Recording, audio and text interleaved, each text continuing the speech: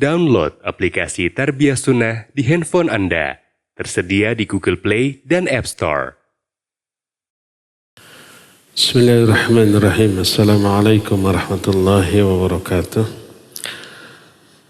Alhamdulillahilladzi anzala as-sakinata fi qulubil mu'minin liyazdadu imanan ma'a imanihim. Walillahi junudus samawati wal ard. Wa kana Allahu aliman hakima. Wa ashhadu an la ilaha illallah wahdahu la syarika lah. Wa ashhadu anna Muhammadan abduhu wa rasuluh.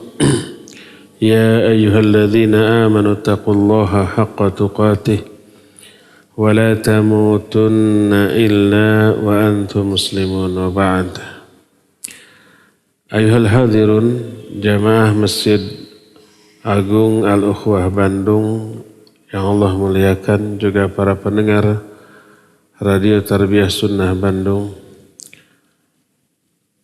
juga pendengar radio-radio lain yang ikut gabung, para pemirsa beberapa stasiun TV serta para netizen. Alhamdulillah kembali kita berjumpa untuk melanjutkan kajian tentang muraqabah. Kajian kitab A'malul Qulub atau amalan-amalan hati, dan kita sedang membahas masalah muraqabah. Muraqabah artinya merasa selalu diawasi oleh Allah. Kita sedang menjelaskan maratibul muraqabah atau tingkatan-tingkatan muraqabah.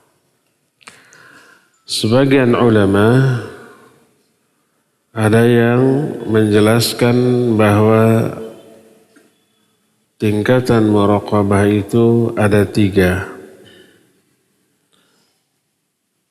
Pertama adalah merasa selalu diawasi oleh Allah ketika berjalan menuju Allah,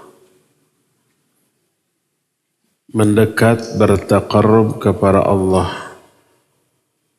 Akibatnya dia akan bersungguh-sungguh dalam melakukan ibadah. Enjoy, menikmati ibadah yang sedang dilakukan dengan kesungguh-sungguhan dan memperoleh kelezatan rohaniyah ketika beribadah tersebut. Dia merasakan halawatul iman. Manisnya iman berupa ketenangan jiwa, ketenangan batin, ketentraman kalbu yang dia rasakan di dalam melakukan ibadah. Dan itu sesuatu yang mesti, sesuatu yang pasti teralami oleh orang yang memiliki sifat muraqabah di dalam beribadah.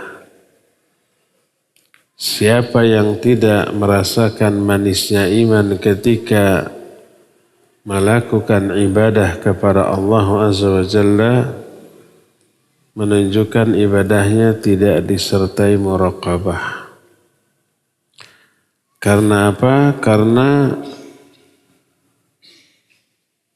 kata para ulama, di antaranya Syekhul Islam Ibn Taimiyah, ketika menerangkan tentang manisnya iman, beliau berkata, "Idza lam tajid lil amali halawatan fi qalbik wa insyirahan fattahimhu fa inna Rabba ta'ala syakurun, yakni annahu la budda an yuthibal amil ala amalihi fid dunya min halawatin yajiduha fi qalbih wa quwwata insyirahin wa qurrata ainin.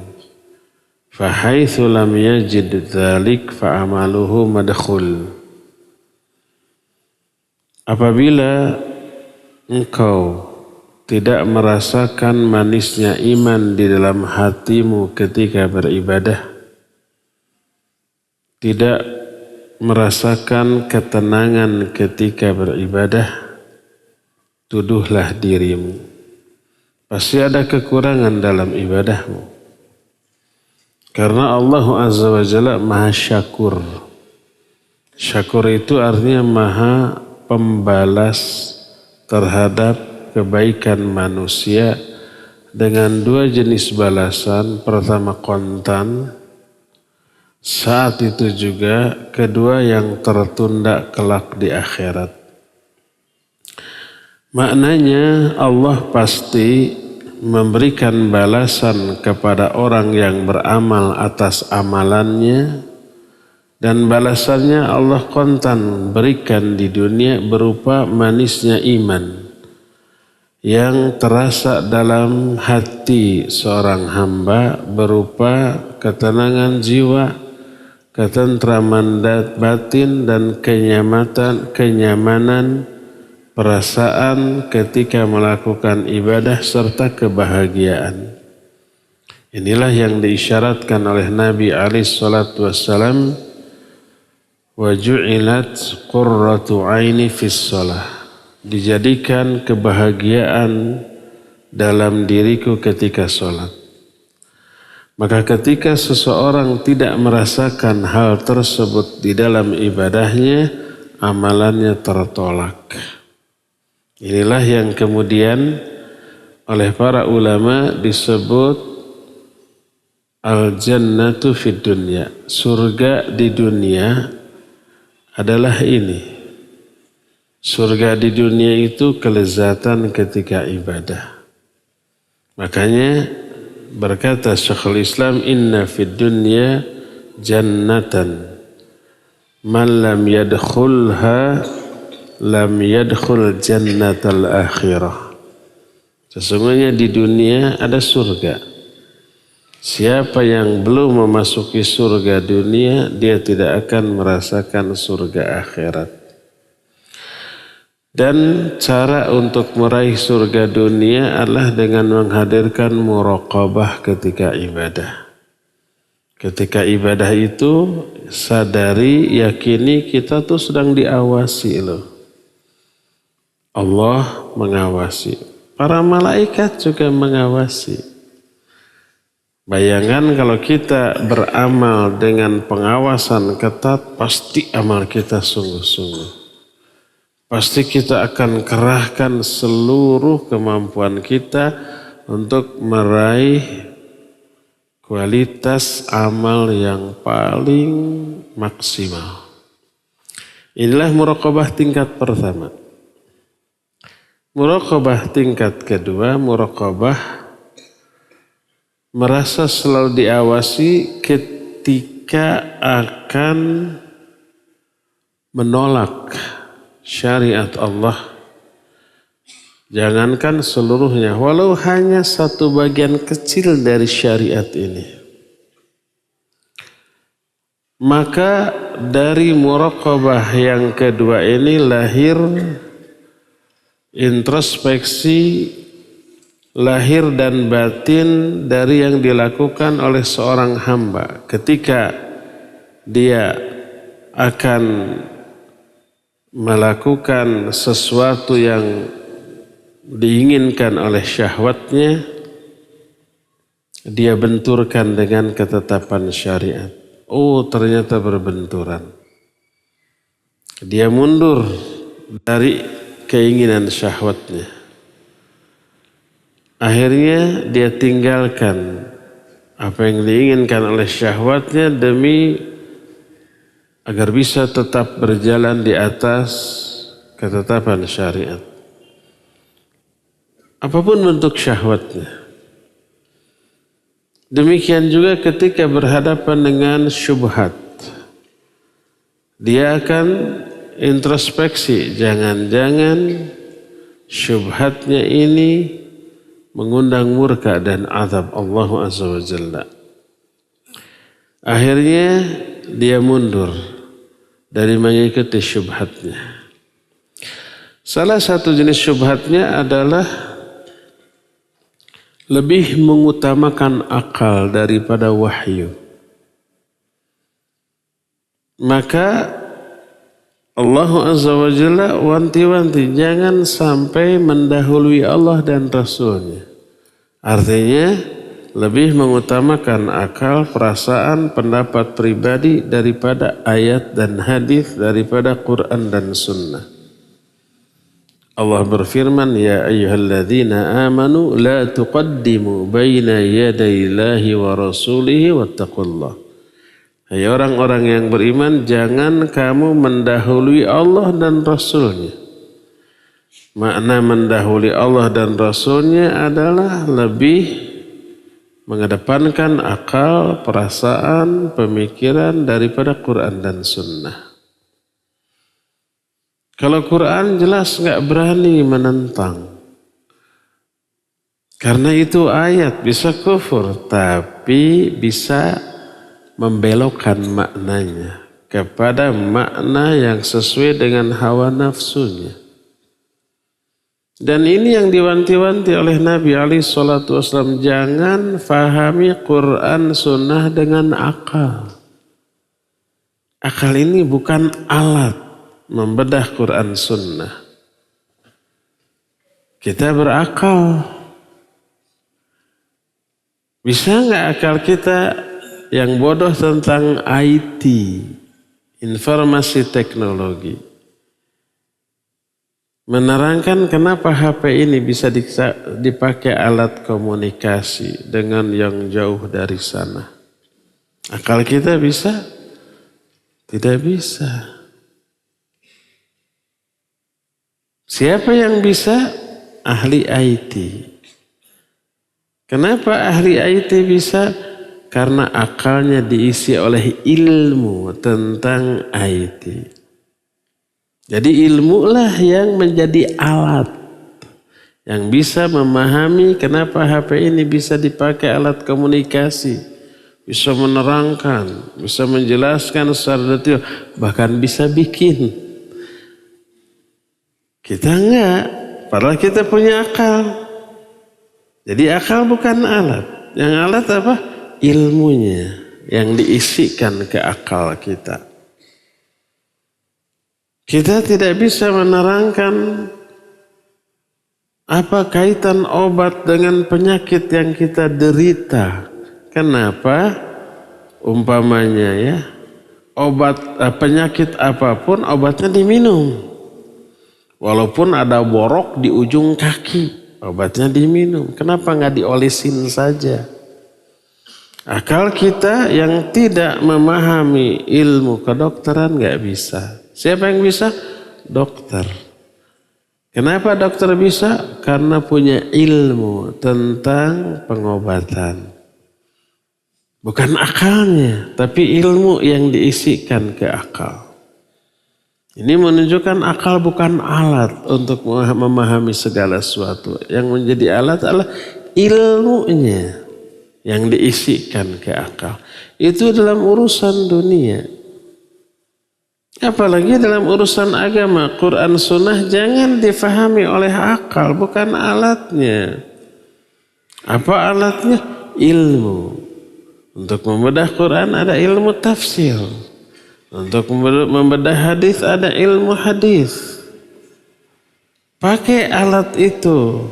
Kalau nggak punya, jangan coba-coba membedah Quran sunnah dengan kebodohan. Ada ancaman dari Nabi SAW dalam lafaz yang berbeda-beda, riwayat yang beragam, yang keseluruhannya menyatakan hadis ini makbul di kalangan para ulama ahli hadis, dikutip oleh para ulama seperti Imam Ibnu Katsir dalam muqaddimah tafsirnya. Dalam satu lafaz Nabi menyatakan, man qala fil Qur'an bi ra'yihi falyatabawwa maq'adahu minan nar. Siapa orang yang berbicara tentang Quran dengan ra'yu, dengan akal, hendaklah dia siap-siap menempati tempat duduk dalam neraka. Diancam. Dalam riwayat lain, man fassara al-Quran bi ra'yihi aw bima la ya'lamu falyatabawa maq'adahu minan nar. Siapa yang menafsirkan Quran dengan ra'yu atau tanpa ilmu, enggak paham ilmu tafsir, tapi ra'yunya yang menafsirkan, siap-siap menempati tempat duduk dalam neraka. Ila syubhat. Akhirnya akal lebih didahulukan. Kalau ada ayat yang nggak masuk akal ditakwil, kalau ada hadis yang sahih yang nggak masuk akal ditolak. Kena dengan ayat tadi, la tuqaddimu baina yadayillahi wa rasulihi wattaqullah. Jangan mendahului Allah dan Rasulnya. Maknanya jangan mendahulukan akal, perasaan, ra'yu dari Al-Quran dan hadis yang sahih. Ini syubhat. Maka ketika muncul syubhat, seorang yang muraqabah dia akan introspeksi. Akhirnya dia mundur dari mengikuti syubhatnya, lebih melangkah dengan mengikuti nas Quran Sunnah dengan penjelasan dari ahlinya. Ketika membaca ayat, ingin tahu tafsir ayat ini, bongkar kitab tafsir. Kalau bisa berbahasa Arab aslinya, bongkar aslinya. Nggak bisa, ada terjemahannya. Belum paham, tanya ke ahlinya, ke ustadz yang mampu menerangkannya. Itulah muraqabah yang kedua. Ini dua-duanya sudah diterangkan. Sekarang yang ketiga, yang belum diterangkan. Ats-tsalitsah. Level atau martabah yang ketiga dari muraqabah adalah, ini lebih berat, ini yang tertinggi. Al-imanus shadiq bi infiradil haqqi bi azaliyatihi wahdah wa annahu kana wa lam yakun syai'un ghairuhul battah wa kullu ma siwahu fakainum ba'da adami bitakwinihi. Ini penjelasan Imam Ibnu Qayyim dalam kitab Madarijus Salikin. Yang ketiga, beriman dengan keimanan yang benar tentang keesaan Allah sejak azali. Makna sejak azali itu sejak awal. Bahwa Allah sudah ada sebelum segala sesuatu ada. Segala sesuatu baru ada setelah tiada karena diadakan oleh zat yang selalu ada, yaitu Allah. Keberadaan Allah tidak diawali oleh ketiadaan, tidak diakhiri oleh kebinasaan. Allah ada tanpa didahului oleh ketiadaan. Allah ada sebelum kata ada itu ada. Apa hubungannya dengan muraqabah? Ini yang kata Imam Ibnu Qayyim, wa fauqa dzalik darajatun hiya a'la wa arfa' mimma taqaddama. Di atas dua level muraqabah itu ada derajat yang lebih tinggi daripada yang sebelumnya, yaitu ini. Apa implikasinya? Wahia, kata beliau, muraqabatu mawaqi'i ridha Rabbi tabaraka wa ta'ala wa masakhitihi fi kulli harakah. Fayas'a fi mardatihi wa yajtanibu masakhatihi. Yaitu memuraqabah, mengamati, mengawasi apa saja yang bisa mengundang ridho Allah dan apa saja yang bisa mengundang murka Allah. Dalam segala macam bentuk ucapan, perbuatan, bahkan pikiran, bahkan bisikan hati. Lalu dia berupaya untuk meraih ridho Allah dan menghindari apa-apa yang dibenci, dimurkai oleh Allah SWT. Dalam salah satu hadis qudsi, inilah yang menjadi karakteristik wali Allah SWT. Hadis qudsi ini agak panjang, di awalnya mengatakan, man adali waliyan faqad adzantuhu bil harb. Siapa orang yang memusuhi waliku, aku kumandangkan genderang perang kepada dia. Wali Allah itu kekasih Allah. Nah, salah satu penyebab orang menjadi wali Allah dan reward yang Allah berikan kepada wali Allah diterangkan di kalimat terakhir dalam hadis ini. Kata Allah dalam hadis qudsi yang sahih riwayat Imam Bukhari dalam kitab Sahih Bukhari ini, Allah berfirman, "Wa ma yazalu 'abdi yataqarrabu ilayya bin nawafil hatta uhibbah." Tak henti-hentinya hambaku mendekatkan dirinya kepadaku dengan mengerjakan amalan-amalan sunnah setelah yang fardu. Jadi tidak hanya yang fardu tapi juga yang sunnah. Hatta uhibbahu, sampai aku mencintainya. Agar bisa dicintai oleh Allah, jangan terbatas ibadah yang fardu saja, sunnahnya juga dilakukan. Untuk meraih kecintaan Allah, hatta uhibbahu, sampai aku mencintainya. Lalu kata Allah, fa idza ahbabtuhu kuntu sam'ahu alladhi yasma'u bih wa basarahu alladhi yubsiru bih wa yadahu allati yabtishu biha wa rijlahu allati yamshi biha. Kalau aku sudah mencintainya, aku akan menjadi pendengarannya yang dengannya lah dia akan mendengar. Aku akan menjadi penglihatannya yang dengannya lah dia melihat. Aku pun akan menjadi kedua tangannya yang dengannya lah dia bertindak. Aku pun akan menjadi kedua kakinya yang dengannya lah dia akan melangkah. Ini muraqabah. Maknanya kata Imam An-Nawawi, hafidhuhu ala sam'ihi wa ala basarihi wa ala kulli af'alihi an maharimillah. Artinya aku akan menjaga dia, menjaga seluruh indranya, menjaga pendengarannya, penglihatannya, semua perbuatannya, semua ucapannya, bahkan apa yang terbersit dalam hati dan pikirannya dari apa-apa yang diharamkan oleh Allah. Allah akan ilhamkan, anugerahkan hidayah agar dia ini selalu berhati-hati ketika menggunakan seluruh indranya.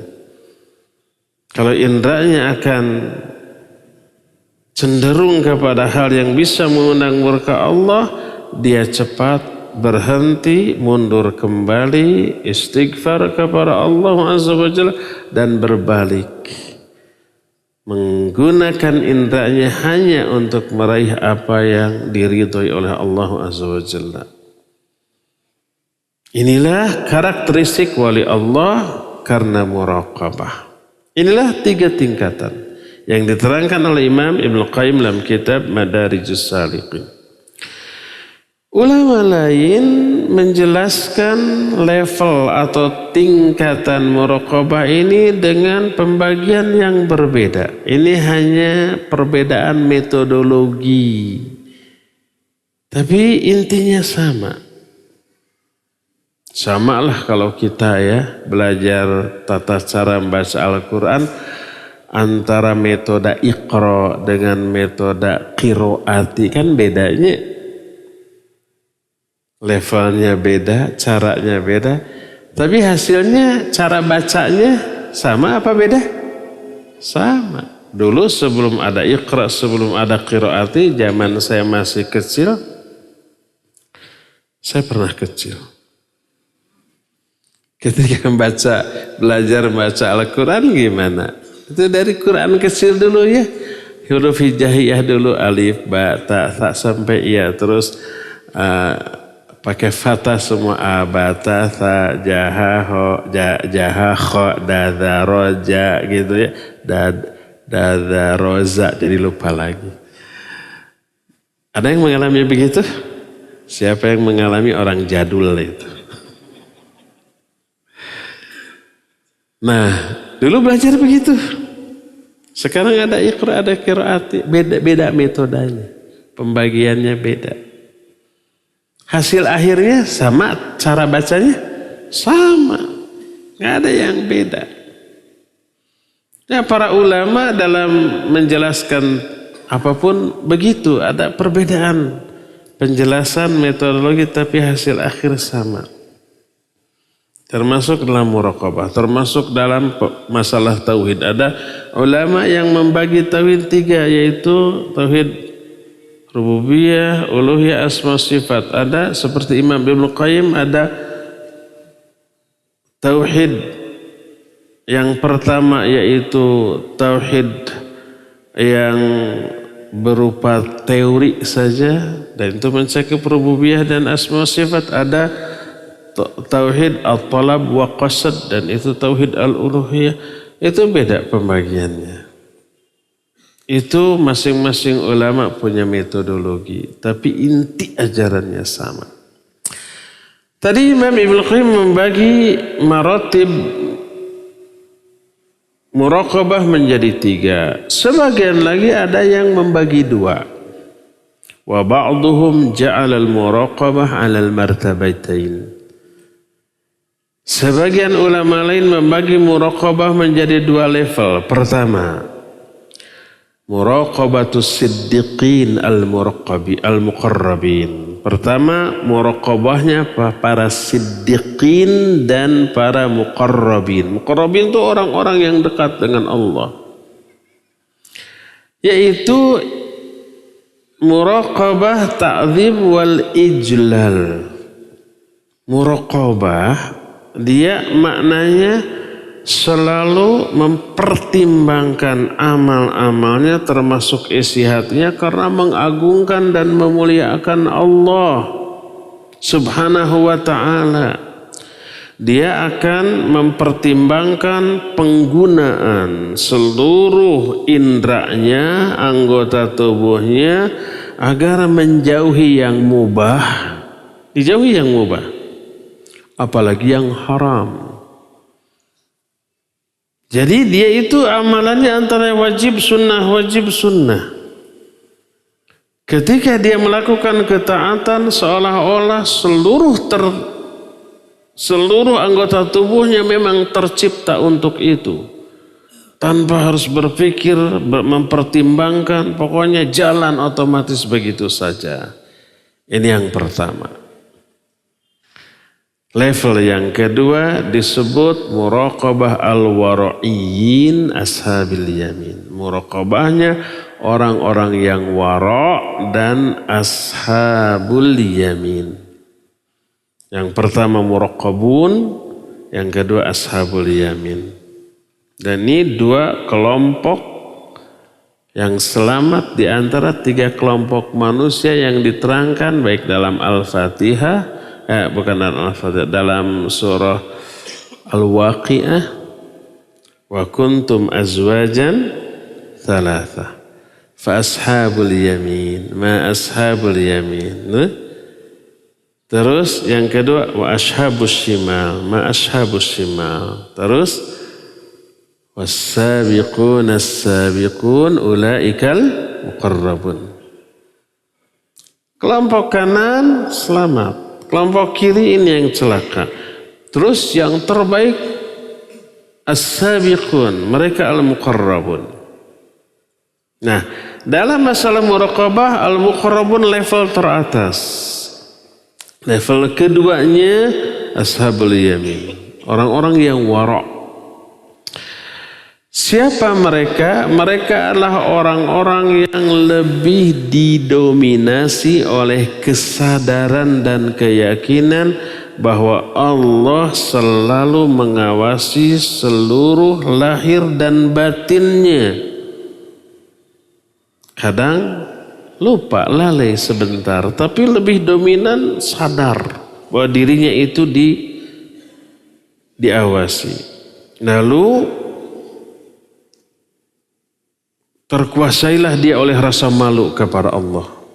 Ketika akan melakukan dosa dan maksiat, akhirnya dia menjauhi seluruh perbuatan dan ucapan yang dia takut kalau ucapan dan perbuatan itu kelak dibongkar oleh Allah pada hari kiamat. Ucapan dan perbuatan yang buruk. Wara' dia, menahan diri. Apa bedanya antara dua kelompok tadi, antara al-muqarrabun dengan ashabul yamin? Lalu muallif, pengarang kitab ini memberikan ilustrasi. Kalau kita berada di ruang, di kamar sendiri, kita mungkin tidak menutup aurat secara sempurna karena merasa sendiri dan bertingkah duduk atau berbaring secara bebas karena sendiri. Tiba-tiba masuk anak kecil yang belum balik, balita di bawah 5 tahun usianya. Apa yang terjadi? Yang terjadi kita malu. Akhirnya kita berpakaian, kita perbaiki sikap kita. Karena ada anak kecil. Kenapa kita perbaiki sikap kita, kita tutup aurat kita? Bukan karena menghormati, mengagungkan anak kecil itu. Tapi karena kita malu terhadap diri sendiri, berpenampilan seperti itu walaupun di hadapan anak kecil. Bukan karena menghargai anak ini, bukan. Karena malu aja gitu. Ini pertama. Dan inilah ashabul yamin. Kedua, kalau kita umpamanya sedang sendirian di sebuah ruangan, mungkin cuma pakai t-shirt gitu ya, pakai sandal jepit, duduk juga seenaknya. Tiba-tiba datang raja, presiden, penguasa, atau bos, atau guru yang dihormati. Apa yang kita lakukan? Cepat-cepat kita ambil pakaian terbaik, pakai kaos kaki, pakai sepatu, nyisir, pakai parfum, kemudian kita perbaiki duduk kita dengan duduk yang paling sopan yang bisa kita tunjukkan. Kenapa? Dua, karena mengagungkan orang yang datang. Menghormati, memuliakan dia. Dan tentu saja malu kalau di hadapan orang seagung itu dia berpenampilan seadanya. Jadi yang kedua ini yang malu, yang mengagungkan orang tersebut. Beda kan? Walaupun sama-sama menjaga sikap dan penampilan, di hadapan anak tadi menjaga sikap dan penampilan, di hadapan sang raja juga menjaga sikap dan penampilan. Tapi motivasinya beda. Kalau di hadapan anak kecil karena malu oleh diri sendiri, bukan karena menghormati si anak. Tapi kalau di hadapan raja, di hadapan presiden, di hadapan bos, kita ada dua-duanya. Ya malu, ya juga mengagungkan. Mana yang terbaik? Yang kedua. Nah inilah ya sikap orang yang muqarrabin kepada Allah subhanahu wa ta'ala. Oleh karena itu siapa orang yang sudah sampai pada level seperti ini, maka dia akan selalu mempertimbangkan dua hal ketika dia akan beramal. Pertama, motif dia beramal apa? Yang kedua, bagaimana ketika dia beramal? Kalau motif niat dia beramal itu karena Allah Azza wa Jalla,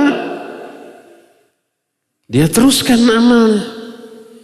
Tapi kalau niat dia beramal itu karena hawa nafsu, walaupun amalannya baik, amalannya amalan yang disyariatkan, tapi yang mendorong dia melakukan amal itu hawa nafsu. Kok bisa? Bisa. Ini contoh orang yang salah niat. Melakukan ibadah tapi dengan niat riya, ingin dipuji. Melakukan ibadah dengan niat sum'ah, ingin didengar. melakukan ibadah dengan niat mau membuat orang takjub terhadap amalannya. Amalannya bagus, niatnya salah, bukan karena Allah Azza wa Jalla. Ini karena hawa nafsu, karena bisikan syaitan laknatullahi alaih.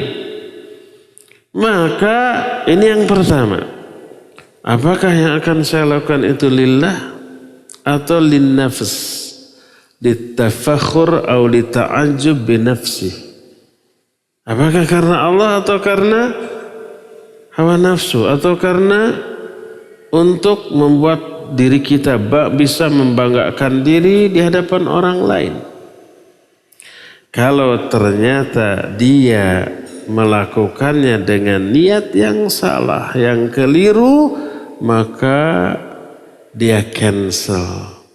Dia merasa malu kepada Allah. Dia celak dirinya sendiri. Kenapa ada niat yang sebusuk itu? Dan inilah yang diterangkan oleh para ulama as-salafus saleh. Mereka berkata, ma min fa'latin wa in saghurat illa yunsharu laha dewanan lima wa kaifa, ay lima fa'alta wa kaifa fa'alta. Tak ada satupun perbuatan sekecil apapun kecuali perbuatan itu harus ditimbang dengan dua hal. Pertama, kenapa perbuatan itu dilakukan? Kedua, bagaimana perbuatan itu dilakukan?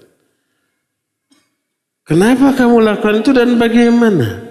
Kita masih yang pertama dulu, kenapa? Harus karena Allah. Berkata Imam Al-Hasan rahimahullahu ta'ala, kana ahaduhum, Al-Hasan ini seorang ulama tabi'in, murid para sahabat Nabi. Beliau berkata, kana ahadum idza arada ayatasaddaqa bisadaqatin tathabbata fa in kanat lillah amdaha. Mereka para sahabat kalau mau sedekah dengan satu sedekah, mereka pastikan dulu niat sedekah ini untuk siapa, untuk apa.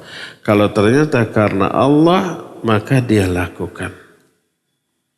Kalau ternyata ada niat lain, dia tidak langsung melakukannya. Tahan, lalu membersihkan niat tersebut. Murni karena Allah, setelah yakin baru dilakukan. Masih kata Al-Hasan, rahimallahu abdan waqafa inda hammih fa inna ahadan la ya'malu hatta yahumma fa in kana lillahi azza wa jalla madha wa in kana li ghairillah amsak. Semoga Allah merahmati seorang hamba yang dia mempertimbangkan dulu ketika mau melakukan satu amalan. Karena seseorang tidaklah dia beramal kecuali karena niat. Dan apabila niatnya itu karena Allah, dia lakukan. Dan ketika niatnya bukan karena Allah, maka dia tahan. Dia tidak jadi melakukannya. Sementara sampai niatnya diluruskan, dan ketika lurus terus dilakukan. Sangat disayangkan banyak kaum muslimin yang melakukan ibadah untuk akhirat tapi dengan niat dunia. Dan ini rusaknya tauhid. Tidak adanya muraqabah dalam dirinya. Ada orang rajin tahajud. Kenapa? Saya lagi banyak musibah, supaya Allah mengangkat musibah ini dari saya dengan tahajud ini. Tuh. Setelah musibahnya berlalu, tahajudnya berhenti. Kenapa rajin saum Senin Kamis? Biar kalau dagang laris. Kenapa rajin baca surah Yasin, wirid ini 10.000 kali? Biar dagangannya laris terus. Kan gitu ya? Ada yang begitu? Banyak. Wiridnya, baca surahnya, sholawatnya bagus. Yang jelek apanya? niatnya untuk meraih dunia. Saya sudah jelaskan. Orang seperti itu diumpamakan oleh para ulama seperti orang yang memiliki sendok yang terbuat dari emas murni. Mahal harganya. Emas bercampur berlian gitu. Triliunan atau miliaran harganya. Lalu dipakai nyiduk kotoran manusia. Betapa mahalnya sendok. Betapa hina kotornya kotoran. Nah, orang yang beramal dengan amalan akhirat dengan niat dunia itu begitu. Sholawatnya, baca surat Yasinnya, zikirnya itu ibarat emas, berharga. Tapi niatnya untuk dunia. Nauzubillah. Dunia itu kan hina ya menurut pandangan Allah dan Rasulnya. Lebih hina dari bangkai seekor binatang, lebih hina dari kotoran manusia. Makanya tak heran kalau dunia ini diberikan juga oleh Allah kepada orang yang paling durhaka sekalipun. Ada orang kafir yang kaya raya, banyak rata-rata orang terkaya dunia itu orang kafir. Allah kasih, dah hina atau itu. Kemuliaan tidak diukur dari harta. Sebagian mereka berkata, wa hadza la yatahaqqaqu illa bil ilmil matin wal ma'rifati billah ma'rifatan tammah wal ma'rifati bin nafsi wa aghwariha wa kathrati syurudin niyyah 'ala al-insan wal ma'rifah bisyaitan wa makayidihi. Seorang mukmin, seorang yang wakaf. Wakaf itu yang penuh pertimbangan sebelum beramal. Dia akan mempertimbangkan niat ketika beramal. Dan ini tidak akan bisa teraih kecuali dengan beberapa hal. Pertama, dengan ilmu yang mendalam tentang syariat. Kedua, dengan mengenal Allah dengan pengenalan yang sempurna. Ketiga, dengan mengenal dirinya, kelemahan dirinya, dan kebusukan yang tersembunyi dalam diri masing-masing manusia. Ingat Allah menyatakan innan nafsa la ammaratun bisu. Sesungguhnya jiwa itu selalu memerintahkan kepada keburukan. Dia mengetahui kelemahan dirinya di mana. Dan juga mengenal setan dan tipu dayanya. Seorang hamba dalam aktivitas hidupnya tidak akan lepas dari mengamalkan 3 jenis amalan. Pertama, amal ketaatan. Kedua, amal maksiat. Ketiga, amalan yang mubah. Taat tidak, maksiat tidak. Wajib di dalam ketiga-tiganya ada muraqabah. Bagaimana muraqabah ketika melakukan ketaatan? Ada 3. Sertakan ketiga hal ini ketika melakukan ketaatan. Ini yang disebut dengan muraqabah di dalam ketaatan. Apa 3 hal itu? Pertama, niat yang ikhlas. Perhatikan niatnya tuh. Jangan sampai tercampur unsur-unsur yang bisa merusak. Ria, ujub, sum'ah, takabur, berbangga dengan amalan, itu bahaya. Atau beramal untuk kepentingan dunia. Muraqabahlah niatnya. Kedua, mutaba'ah dan adab. Apakah amalan ketaatan itu dilakukan sesuai dengan sunnah Nabi SAW apa tidak? Apapun bentuknya. Baik itu umpamanya sholat. Nabi menyatakan sallu kama ra'aitumuni usolli. Salatlah kalian sebagaimana kalian melihat aku salat, jangan ditambah, dikurang atau dirubah. Kalau itu umrah dan haji, Nabi menyatakan khudhu anni manasikakum. Ambil oleh kalian cara manasik kalian dari aku. Jangan ngarang sendiri, nambah-nambah, mengurangi atau merubah gitu ya. Kemas dengan kemasan cara umroh dan haji yang modern. Zikirnya dinyanyikan.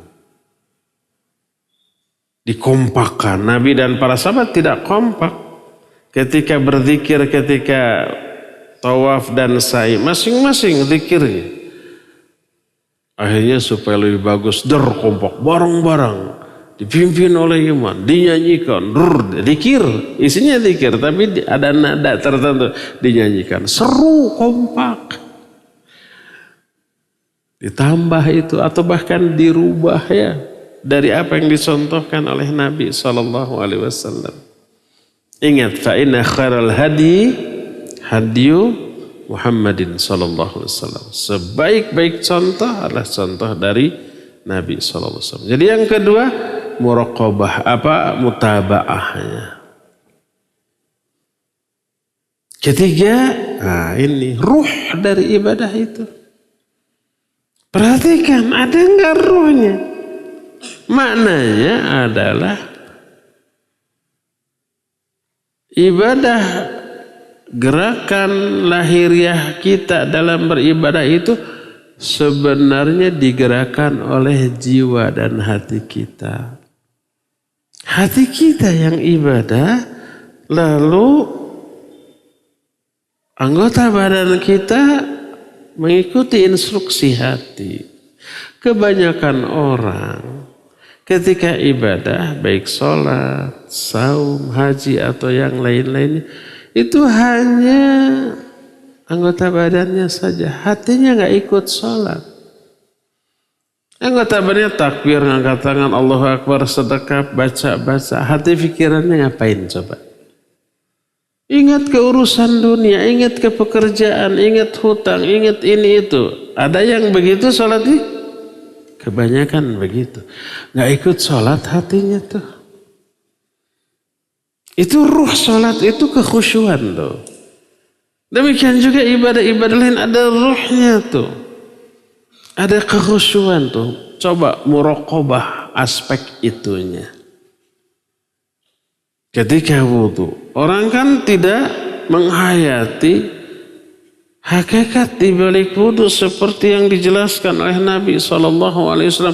Ketika seseorang umpamanya berkumur-kumur, berguguranlah dosa dari mulut, ya, bersamaan dengan bergugurannya air yang disemburkan. Dosa yang dibuat oleh mulut apa coba? Banyak. Dusta, ghibah, mencela, menghina, kan gitu ya?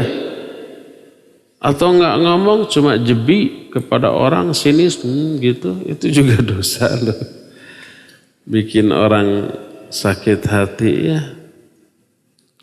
Itu membersihkan. Ketika membasuh wajah, berguguran dosa dari mata, dari hidung dan seterusnya. Ketika membasuh tangan, berguguran dosa. Itu kan jarang dihayati ketika wudhu ya. Ruhnya itu nggak dapat. Terus kenapa? Kenapa ya? Setelah wudhu, doa yang kita baca itu 2 kalimat syahadat dan tobat. Asyhadu an la ilaha illallah wahdahu la syarikalah wa asyhadu anna Muhammadan abduhu wa rasuluh. Terus boleh Allahumma ij'alni minat tawabin waj'alni minal mutatahhirin. Jadi tobat, ya syahadat, seolah-olah antara syahadat dengan wudu itu kok nggak nyambung. Nggak nyambung itu karena nggak bisa nyambungkannya. Karena bodoh saya. Kalau para ulama yang menerangkan nyambung banget itu. Gimana nyambungnya? Maknanya sama dengan habis dari WC ya. Keluar, buang air kecil, buang air besar, keluar itu doanya apa? bukan alhamdulillah. Alhamdulillah yang telah mengosongkan perut yang tadinya dibebani oleh kotor, nggak begitu, tapi ghufranaka, minta ampunan. Emangnya kita di WC itu berbuat dosa sampai pas keluar itu minta ampunan? Enggak. Tapi keterkaitan, ya Allah, sebagaimana Engkau telah membuang kotoran lahir dari tubuh saya, maka buanglah kotoran batin berupa dosa dari hati saya. Ampuni saya, ya Allah. Tuh, matching kan? Ini juga begitu, setelah berwudu bersih-bersih, badannya bersih. Kata Syekh Al-Bassam dalam kitab Tawdul Ahkam, Syarah Bulughul Maram, ketika menerangkan doa setelah wudu, asyhadu an la ilaha illallah wahdahu la syarika lahu wa asyhadu anna muhammadan abduhu wa rasuluh, itu tauhid, kalimatut tauhid, dua kalimat syahadat itu membersihkan dosa, menggugurkan dosa. Maknanya sebagaimana kita telah membersihkan badan kita dari najis dan hadas, ya Allah bersihkan juga batin saya dari dosa. Makanya baca syahadatan Allahumma ij'alni minat tawabin. Ya Allah, jadikan aku termasuk orang yang taubat. Taubat itu membersihkan jiwa dari apa? Dari dosa. Matching tuh. Matching itu apa? Klop. Matching dan klop itu apa? Sesuai, ya enggak? Nah, seperti itu. Ruh dari semua ibadah. Itu begitu. Coba muraqabah 3 hal ini ketika melakukan ketaatan. Niat, tata cara pelaksanaan, dan ruh kekhusyuan dari ibadah yang kita lakukan. Inilah muraqabah dalam melakukan ketaatan. Kedua, muraqabah dalam kemaksiatan. Sesoleh-soleh kita pasti ada salahnya. Rasul sallallahu alaihi wasallam bersabda, kullu bani Adam khatta'un wa khairul khatta'in at-tawabun. Semua bani Adam pasti khata'. Khata' itu banyak berbuat salah, bukan sekali 2 kali loh, sering. Sesoleh apapun. Dan tidak hanya kecil, tapi dosa besar juga. Apakah para sahabat pernah terjerumus dalam dosa besar? Iya. Tapi kemudian mereka taubat.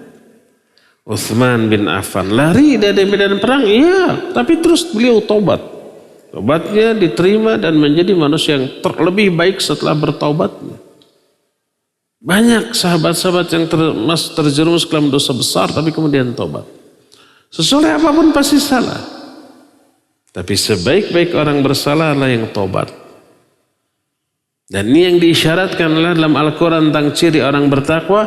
Walladzina idza fa'alu fahishatan aw dhalamu anfusahum dzakarullaha fastaghfaru lidzunubihim.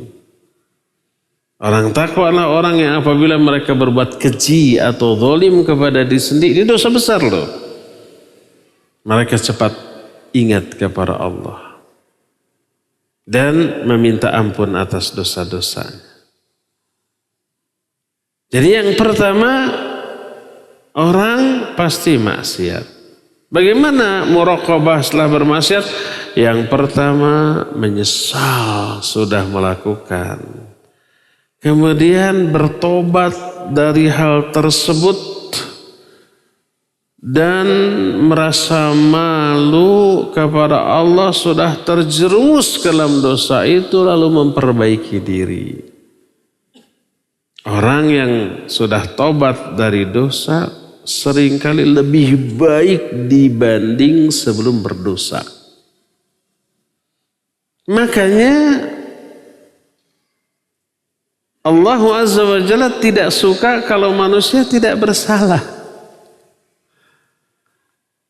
Kalau kalian tidak bersalah, tidak berbuat dosa, kami binasakan kalian, lalu kami ganti dengan generasi lain yang berdosa kemudian tobat dari dosanya. Orang yang sudah tobat dari dosa seringkali lebih baik daripada sebelum dia berdosa. Ini kita sudah bahas dalam bab tobat ya. dalam kitab Riyadhus Shalihin dulu di Al-Furqan. Ketiga, muraqabah dalam amalan yang mubah. Manusia tidak bisa lepas dari amalan yang mubah. Karena itu kebutuhan pokok kita. Amalan mubah itu amalan yang bila dilakukan tidak berpahala, tidak dosa. Ditinggalkan juga tidak berpahala, tidak dosa. Contohnya apa? Tidur, ke WC, makan, minum, bermuamalah, jual beli. Itu hukumnya semuanya mubah. Kita tidak bisa menghindari amalan yang mubah. Tapi berusahalah untuk menyertakan muraqabah ketika mengamalkan amalan yang mubah tersebut. Ketika ada muraqabah di sana, maka yang mubah bisa berubah menjadi taat, menjadi ibadah. Dan ketika tidak ada muraqabah, yang mubah berubah menjadi dosa. Ini dahsyatnya unsur muraqabah ketika melakukan amalan. Bagaimana memuraqabah amalan mubah? Muraqabah dalam 3 aspek. Aspek yang pertamanya niat. Niatkan melakukan yang mubah dalam rangka ibadah. Tidur, ke WC, makan, minum, jual beli atau mencari rizki, bertetangga, semua hukum asalnya mubah, niatkan untuk ibadah. Bagaimana cara meniatkan untuk ibadah? Niatkan makan yang kita lakukan itu untuk menunjang ibadah yang disyariatkan. Agar kita sehat, kuat, tidak terkena penyakit, tidak lemah, tidak mudah ngantuk. Akibatnya ibadahnya bisa lebih berkualitas. Bisa lebih konsentrasi. Kalau nggak makan, lemes, sakit, bisa nggak konsentrasi dalam ibadah? Bisa nggak berkualitas? Enggak, malas. Ketika kita sakit mau ibadah, baca Quran, malas. Mau sholat ke masjid, malas. Mau tahajud apalagi, mau saum Senin Kamis, malas. Kalau lemah dan sakit, akhirnya ala kadarnya ibadah, bahkan di bawah ambang batas minimal ibadah yang harus dilakukan. Akhirnya tertolak. Saya harus kuat, saya harus sehat agar ibadah lebih berkualitas. Baca Quran berjam-jam juga. Cangkeng mual panas, mual cangkel. Mata tidak lekas ngantuk, ya enggak? Suara tidak lekas parau gitu. 1 juz 1 hari bisa tercapai itu. Makanya saya harus sehat. Gimana caranya agar sehat? Saya makan yang cukup. Tidak berlebihan. Kalau berlebihan bisa ngantuk. Menu makannya juga ditakar. Jangan sampai mengkonsumsi makanan yang lebih cepat ngantuk, lebih cepat buncit gitu ya. Bukan nyindir ke diri sendiri ini. Agar sehat kuat. Ini yang dimaksud. Al-mu'minul qawiyyu khairun wa ahabbu ilallahi minal mu'minil dhaif. Seorang mukmin yang kuat lebih baik dan lebih Allah cintai daripada mukmin yang lemah. Apakah ini mencakup kekuatan fisik? Iya, karena kekuatan fisik berpengaruh kepada ibadah. Olahraga mubah, saya harus olahraga agar sehat. Sebelum olahraga saya baru 1 halaman saja sudah ngantuk. Gak lanjut, tutup. Setelah olahraga rutin, sirkulasi darah itu lancar gitu ya. Keringat banyak keluar, racun, kemudian fadolat lah bahasa Arabnya, fadolat. apa bahasa kita. Pokoknya zat-zat yang tidak dibutuhkan oleh tubuh terbuang gitu dengan olahraga dan makan yang teratur gitu ya. Akhirnya apa yang terjadi, suplai oksigen ke otak, ke seluruh bagian vital itu lancar. Datagen saja oge atuh. Cangkeng oge umpah berjam-jam duduk, tidak pegal, tidak panas, tidak sakit, tidak harus drek gitu, enggak. Niatkan melakukan semua yang mubah untuk itu. Itu yang pertama. Kedua, aspek pelaksanaan. Terapkan adab sunnah dalam amalan yang mubah. Ketika makan ada adab sunnah, ada atau baik adab yang wajib atau adab yang sunnat hukumnya. Apa yang wajib? Wajib bismillah dulu tuh sebelum makan. Kalau nggak bismillah dosa. Nabi SAW menyatakan sambil ya gulam sambillah. Hei gulam, sebut nama Allah.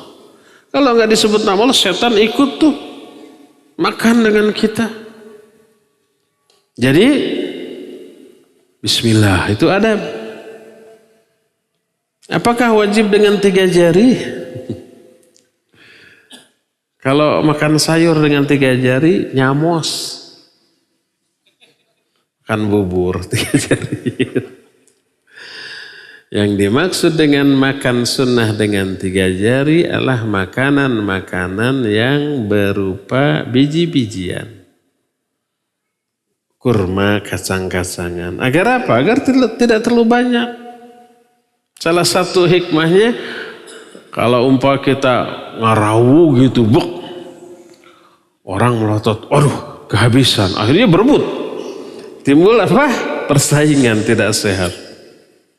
Tapi kalau dengan 3 jari, ya sedikit. Orang juga akan tenang masih banyak, dia sedikit kok. Gitu maksudnya. Kacang rebus bareng-bareng kan suka ya? Apalagi yang kayak gitu. Adapun kalau tidak bisa dengan 3 jari seperti nasi, ya nggak sunnah makan dengan 3 jari. Kalau umpamanya antum ke Arab sana makan sama orang Arab, ini bukan begini, bukan begitu, tapi begini. Apakah mukhalafah dengan sunnah? Tidak. Karena jenis makannya berbeda dengan yang dimaksud oleh Nabi Sallallahu Alaihi Wasallam. Dan makan dari yang dekat. Itu sunnahnya. Jangan ngarongkong yang terlalu jauh. Gimana kalau yang terdekat sambal, daging jauh? Boleh ngarongkong. Kata Syekh Al-Utsaimin rahimahullah, yang dimaksud kalau menunya sama, jangan ambil yang terjauh karena itu adalah indikasi keserakahan. Agar bagian yang terdekat dia utuh, ambil dulu yang terjauh gitu. Ini yang terdekat pasti milik saya, yang terjauh milik orang, diambil. Itu yang tidak boleh. Menunya sama gitu, jenis makanannya sama, yang jauh dulu diambil. Kenapa? Coba. Oh, pasti pikirannya agar bagian dia lebih banyak. Orang yang bagiannya diambil keki, bagian saya, balas dia diambil. Parongkong-rongkong jedak we diadu, didagor, ribut. Adab. Terapkan adab sunnah. Ya. Bismillah, kemudian makan wajib dengan tangan kanan, tidak boleh dengan tangan kiri. Ambil yang terdekat, ya. Kemudian setelahnya hamdalah dan berdoa. Siapa yang makan, lalu selesai makan berdoa, alhamdulillahilladzi at'amani hadza wa razaqanihi min ghairi haulin minni wala quwwah. Yang berdoa seperti itu setelah makan, ghufira lahu ma taqaddama min dzambi, akan diampuni dosa-dosa yang telah lalu. Ini doa yang sahih riwayat Imam Abu Daud yang barusan. Adapun doa alhamdulillahilladzi at'amana wa saqana wa ja'alana minal muslimin, itu dhaif. Kedhaifannya dijelaskan oleh para ulama. Termasuk Imam An-Nawawi dalam kitab Al-Adhkar muat hadis itu, tapi hadis itu dhaif. Yang sahih yang tadi riwayat Imam Abu Daud. Alhamdulillahilladzi at'amani hadza wa razaqanihi min ghairi haulin wala quwwah. Maka lihat, ketika makan bismillah dia dapat pahala, menerapkan sunnah. Ketika dengan tangan kanan dia dapat pahala. Ketika dia makan menerapkan adab sunnah, tidak membuat keki orang-orang, menyenangkan orang-orang yang makan bersamanya, ada kebersamaan. Ya. Apakah makan harus diam? Enggak, harus bicara makan itu. Ini yang berbedaan dengan etika barat, kalau makan tuh diem, jangan ngomong, enggak sopan gitu kan. Islam menyatakan makan media silaturahmi. Berbicara dengan ilmu, boleh tausiah, boleh tanya jawab, boleh pokoknya yang mengeratkan. Setelah itu hamdalah, setelah itu baca doa diampuni dosa yang lalu. Ibadah tuh. Demikian juga tidur, ada doa, ada adab. Demikian juga keluar masuk WC, ada doa, ada adab. Ketika doa dan adab ini diterapkan sebagai amalan sunnah, jadilah ibadah. Nah, memuraqabah dalam aspek itu merubah amalan mubah menjadi taat. Ketika tidak ada muraqabah, berubahlah yang mubah menjadi maksiat. Pertama, salah niat. Kenapa kamu makan gede? Biar kalau ketahuan orang, dikejar orang, larinya kencang. Kalau kedapat dipukuli orang kuat. Niat makan gede dalam rangka bermaksiat. Mau nyopet gitu ya. Niatnya salah. Kita mau operasi yang gede makannya. Niat makan gedenya salah niat. Kemudian adab, tidak bismillah. Pakai tangan kiri. Tadi serakah, ambil bagian oris, ini bagian saya, diambil yang lain. Timbul pertengkaran. Tidak hamdalah, tidak berdoa setelahnya. Berubahlah itu menjadi maksiat. Inilah besarnya pengaruh muraqabah terhadap amalan. Baik amalan yang fardu, yang mubah, termasuk juga yang maksiat. Maka seluruhnya harus disertakan aspek muraqabah di dalam hal tersebut. Ya, inilah tingkatan-tingkatan muraqabah. Insyaallah untuk pertemuan yang akan datang kita akan membahas at-thariq ila tahqiqil muraqabah, kiat meraih sifat muraqabah. Bagaimana caranya agar kita bisa memiliki sifat muraqabah akan dijelaskan di hari Kamis yang akan datang. Untuk sekarang cukup sampai di sini dan kita masih punya sisa waktu untuk bertanya jawab. Wassallallahu ala nabiyina Muhammadin wa ala alihi wa ashabihi wasallam.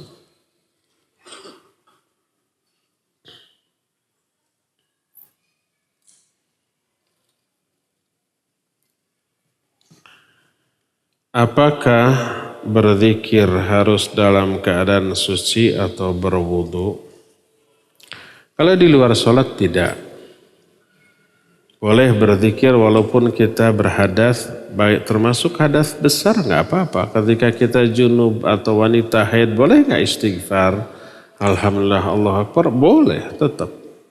Yang diperselisihkan oleh para ulama adalah baca Quran. Tapi kalau zikir ya, jangan sampai awat karena haid, mau tidur tidak doa, bangun tidur tidak doa, mau masuk keluar WC tidak berzikir, mau makan tidak bismillah. Kenapa nggak bismillah? Lagi haid. Boleh, ya, tidak harus bersuci kalau zikir.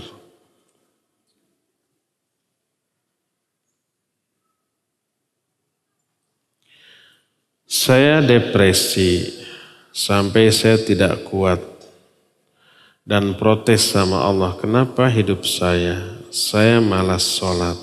Apa saya berdosa? Depresi termasuk malas ibadah, malas sholat. Jangan berpikir bahwa kitalah yang malas sholat, malas ibadah. Tapi itu hukuman dari Allah. Allah mencabut hidayah dari diri kita.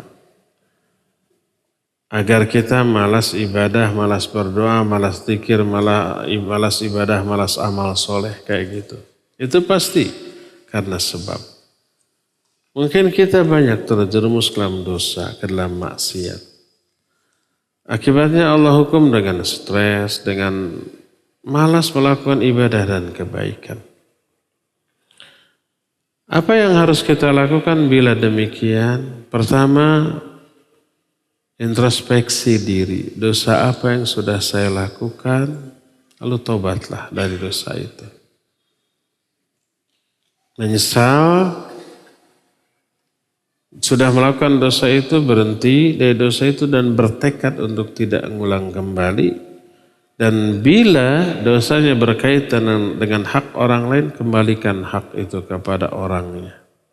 Baru bisa diampuni itu. Kalau sudah tobat, diampuni oleh Allah, dosanya dihapus, rasakan sensasi. Allah akan angkat hukumannya. Allah akan hilangkan stresnya dan akan Allah berikan ketenangan dan ketentraman. Sudah saya katakan tadi, ketenangan, ketentraman itu balasan kontan dari Allah atas ibadah yang benar yang dilakukan oleh manusia. Kata Allah, melisan Rasul dalam hadis sahih riwayat Imam Muslim, majtama'a qaumun fi baitin min buyutillah. Kalau suatu kaum berkumpul di salah satu rumah Allah, baca Quran dan pelajari isinya, Allah akan turunkan rahmat, ketenangan, para malaikat dan pujian Allah di hadapan para malaikat. Itu balasan kontan. Kalau niatnya benar, adab yang dia terapkan ketika di majelis itu benar, Allah langsung kasih. Kalau ternyata kok saya nggak tenang ya di dalam majelis ilmu, ada sesuatu. Sama dengan umpama seorang karyawan bekerja. Kalau dia bagus, baik pasti dibayar. Kalau nggak dibayar pasti ada sesuatu tuh. Mungkin nggak bener gitu ya. Mungkin asal-asalan. Mungkin kelihatannya bermuka dua. Kalau ada mandor, ada bos yang mengawasi. Sungguh-sungguh nggak ada. Ketika di hadapan komputer, nggak ada orang, main game. Pas ada bos datang, tok langsung pura-pura mengolah data. Gak sadar di belakang ada CCTV, kelihatan. Dibayar nggak ini karya? Dipanggil, dipecat. Atau tidak dibayarkan. Jadi kalau seseorang setelah bekerja, tidak dibayar, pasti ada sesuatu yang mengakibatkan si owner pekerjaan itu nggak mau bayar. Pasti ada sesuatu. Kita umpamanya pesen bakso, bakso satu mangkok yang enak, siap disajikan. Pasti makan asin banget, asin. Mau bayar? Nggak mau bayar. Kenapa nggak mau bayar? Pasti ada sesuatu. Itu manusia loh. Apalagi Allah Azza wa Jalla. Inna Allah tayyibun la yaqbalu illa tayyib. Allah itu maha baik dan tidak akan menerima kecuali yang baik. Jadi kalau kita ibadah, zikir, baca Quran yang katanya akan menenangkan hati, tapi hati masih tidak tenang, pasti ada sesuatu dalam zikir kita, dalam doa kita, dalam bacaan kita, pasti ada kekurangan, kesalahan yang menyebabkan Allah menolaknya. Kalau ditolak oleh Allah, nggak akan dikasih reward, balasan, nggak akan ada ketenangan. Jadi coba yang bertanya ini tobat terhadap dosa dan kemaksiatan yang sudah kita lakukan. Berhenti banyak istighfar, ya, berdoa kepada Allah, minta solusi, banyak infak dan sedekah, banyak membantu menolong orang, ramah ke orang, dan tunggu balasan dari Allah yang pasti akan dirasakan manisnya oleh orang tersebut. Semoga Allah mudahkan penanya ini untuk menemukan solusi. Saat kita futur atau malas beribadah atau karena sedang lelah, sedangkan kita biasa melakukan ibadah sunnah seperti sholat-sholat sunnah, sebaiknya tetap dikerjakan walaupun tidak khusyuk atau tidak dikerjakan. Tetap kerjakan semaksimal yang kita bisa. Kalau malas sambil berdiri, sholatlah sambil duduk, sholat sunnat. Mungkin sambil duduk lebih fresh, lebih segar, lebih bisa konsentrasi daripada sedang berdiri. Jadi kalau sholat sunat boleh duduk walaupun mampu berdiri. Adapun sholat fardu selama mampu berdiri nggak boleh sambil duduk. Coba kita bayangkan begini. Ada aktivitas yang kita senangi, yang kita sukai dalam kehidupan dunia. Apa aja? Mungkin banyak para pemuda-pemudi, remaja-remaji, ikhwan awat, bahkan yang sudah menikah punya anak juga. Dia hobi main game di komputer, di HP dan seterusnya. Main game itu capek apa tidak? Capek loh pikiran, ya mental. Fisik nggak capek. Sambil berlari, sambil duduk. Sambil duduk. Sholat, sambil duduk juga. Tapi ketika kita sakit, orang itu sakit ketika lemah, ketika capek gitu ya. Main game malas nggak? Nggak, jadi hiburan. Aduh lagi malas apa-apa, sini HP-nya atau komputernya gitu. Main game juga. Walaupun pikiran dan mental sudah lelah, tetap itu. Karena dia mendapatkan kesenangan, kepuasan batin. Kalau orang sholat sudah merasakan nikmatnya sholat, tidak akan terhalang oleh sakit, lelah atau capek. Kata Aisyah radhiyallahu anha, la tada qiyamal lail fa inna Rasul sallallahu alaihi wasallam lam yada'ahu fa idza takasala shalla qa'idan. Jangan kalian tinggalkan salat malam karena Nabi sallallahu alaihi wasallam tidak pernah meninggalkannya, dan bila beliau malas au marido atau sakit, orang enak badan atau malas, Nabi manusia biasa suka malas, shalla qa'idan, beliau salat sambil duduk. Yang mengatakan Nabi malas bukan saya ya, Aisyah. Sebab saya dengar seorang ustadz mengemukan hadis ini langsung saya nggak setuju Nabi sebut malas. Ustadz bilang jangan protes ke saya, protes ke Aisyah. Aisyah yang mengatakan wa idza takassala shalla qa'idan, dan bila beliau malas beliau sholat sambil duduk. Jangan ke saya hanya menyampaikan. Protes sok ke Aisyah tuh. Diam orang itu ya. Orang ini ingin sok bijak gitu.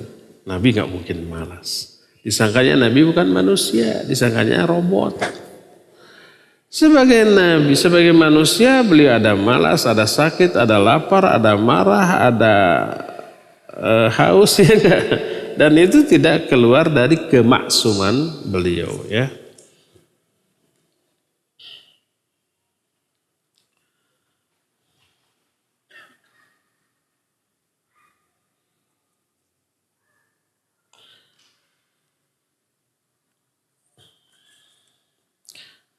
Bagaimana menghadirkan perasaan selalu merasa diawasi oleh Allah. Nah itu materi kita nanti. Kamis depan.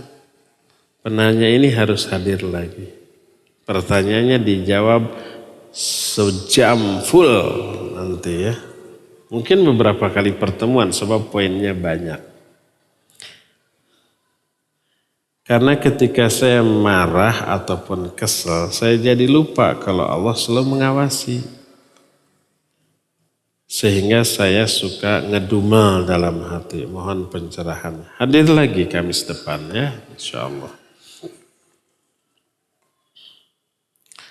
Bismillah, assalamualaikum warahmatullahi wabarakatuh. Waalaikumsalam warahmatullahi wabarakatuh. Afan Ustadz izin bertanya, bagaimana hukumnya bila anak ingin sekolah ke luar negeri dengan mengambil jurusan yang bukan jurusan Islam? Negaranya ke negara yang menganut faham sekuler. Mohon untuk penjelasan.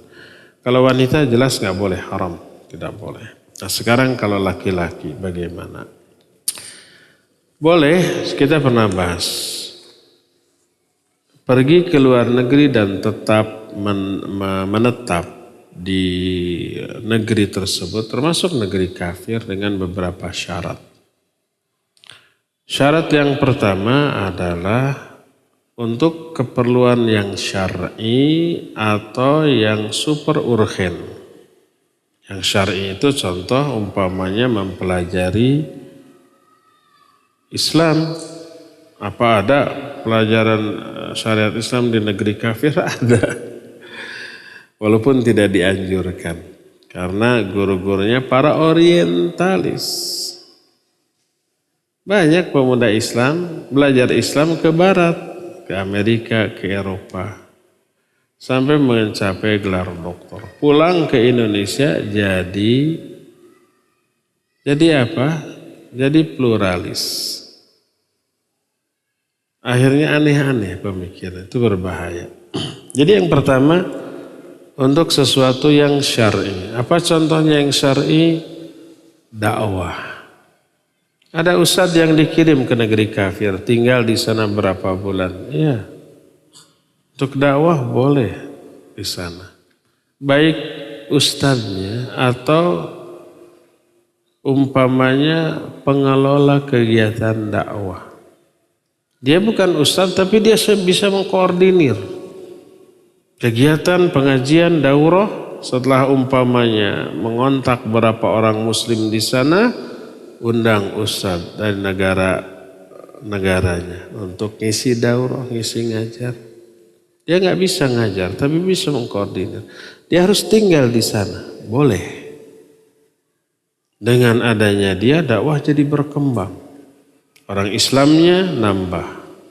Yang ada, yang tadinya lemah jadi kuat. Yang tadinya maksiat jadi taat. Yang tadinya ahlul bidah jadi ahlus sunnah. Yang tadinya mutasahil jadi multazim.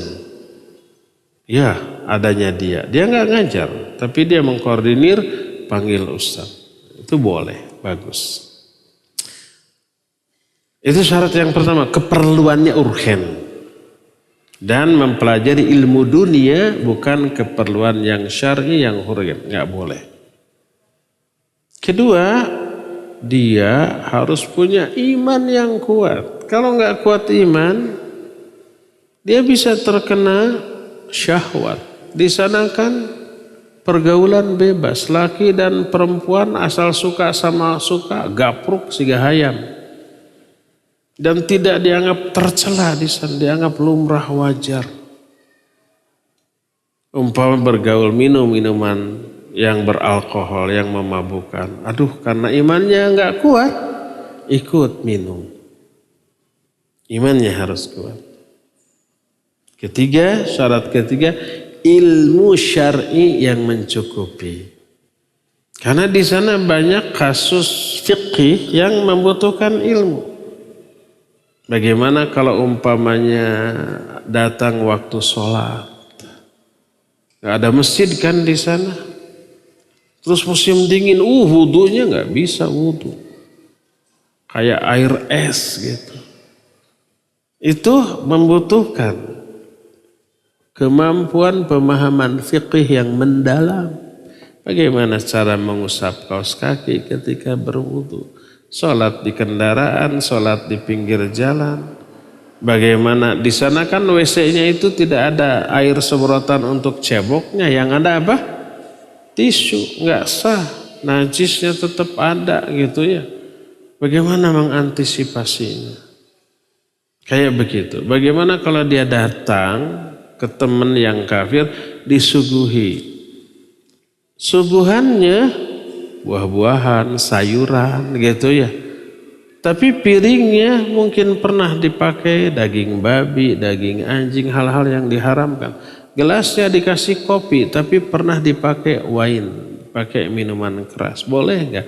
Itu membutuhkan ilmu fiqh. Plus ilmu akidah. Jangan sampai terkena syubhat. Banyak gaul dengan ateis, banyak ngobrol, nggak bisa bantah, nggak bisa jawab. Akhirnya teracuni oleh pola pikir mereka yang ateis. Akhirnya bisa murtad. Inilah 3 syarat.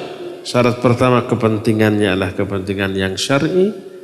Termasuk berobat boleh kalau memang di negara Islam tidak ada. Atau mempelajari ilmu dunia yang sangat super penting untuk umat yang tidak ada di negara Islam boleh.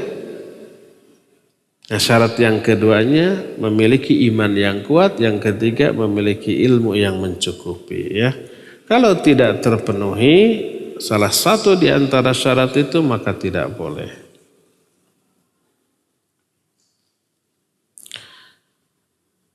Izin tanya perihal jual beli dalam area masjid.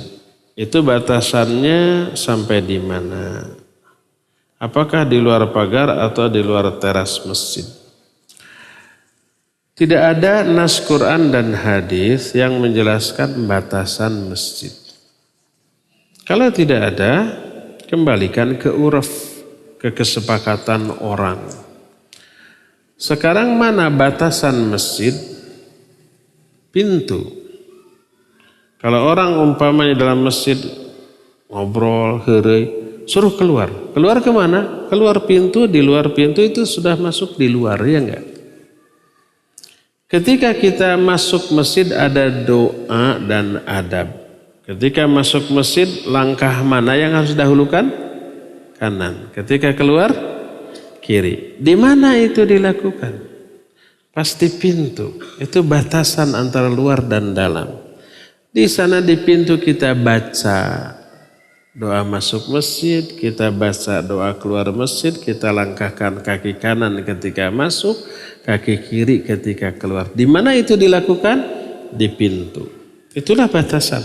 Di luar pintu itu luar masjid. Kita ngaji di sini. Di luar anak-anak lagi main-main. Kok bisa disebut di luar padahal di pekarangan masjid? Sebab di luar pintu masjid. Jadi teras masjid, pekarangan masjid itu di luar masjid. Jadi nggak bisa saya mau duduk-duduk di pekarangan masjid di luar karena di depan masjid itu ada bangku enak gitu, ada taman. Masuk sholat tahiyatul masjid. Boleh? Enggak boleh. Sebab itu bukan masjid. Kalau mau tahiyatul masjid, masuk pintu, di sanalah dia berdoa masuk, berdoa keluar, melangkahkan kaki kanan, lalu sholat tahiyatul masjid di dalam masjid di sebelah dalam pintu. Itu batasan, ya. Jadi berjualan di teras masjid boleh apa tidak? Secara hukum syar'i boleh. Bagaimana kalau DKM larang? Itu mah wewenang DKM. Demi kenyamanan bersama dilarang jualan ya harus taat. Karena mereka yang punya wewenang gitu ya. Kalau DKM tidak melarang boleh secara syar'i. Kalau dalam masjid DKM menyuruh pun nggak boleh. Ayo dagang dalam masjid biar laku. Saya dapat 20%. Tetap haram, tidak boleh ya. Gimana keuntungannya? Haram. Jual belinya halal tapi ketika dilakukan di dalam masjid yang diharamkan, haram pula hasilnya. Innallaha idza harrama syai'an harrama tsamana. Kalau Allah mengharamkan suatu perbuatan, haram juga keuntungan dari perbuatan itu.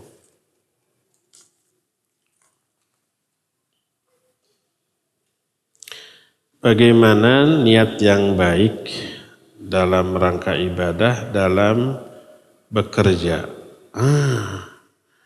Niatkan untuk menafkahi anak dan istri. Abdullah bin Mas'ud, Abdullah bin Abbas menyatakan thalabul halali jihadun. Mencari barang yang halal itu jihad yang dilakukan oleh suami. Ar-rijalu qawwamuna 'alan nisa bima faddalallahu ba'dahum 'ala ba'd wa bi anfaqu min amwalihim. Jadi kewajiban suami mencari nafkah atas perintah Allah dalam Quran, dalam hadis yang sahih. Kalau tidak, dosa dia. Nabi menyatakan dalam hadis sahih riwayat Imam Muslim, kafa bil mar'i ithman idza dhayya mayyaun. Cukuplah seseorang dianggap berdosa bila menyia-nyiakan orang yang ada di bawah tanggung jawabnya, tidak menafkahi. Itu ibadah. Niatkan untuk menafkahi anak istri. Niatkan nanti kalau dapat kelebihannya untuk sedekah. Niatkan kalau ada kelebihannya untuk haji, untuk umrah, untuk itu ya. Insya Allah jadi ibadah. Terakhir, jangan lagi yang bertanya. Mengobati dengan cara laser atau kuter. Apakah termasuk pengobatan cara kei? Karena seperti solder yang berfungsi membuang tai lalat atau flek. Tergantung pertama apakah panas atau tidak. Yang kedua gosong enggak, rusak enggak. Kalau gosong dan rusak sampai berteriak, ya itu sama dengan kei.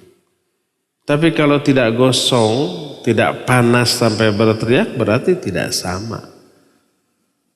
Itu saja intinya ya. Cukup sampai di sini.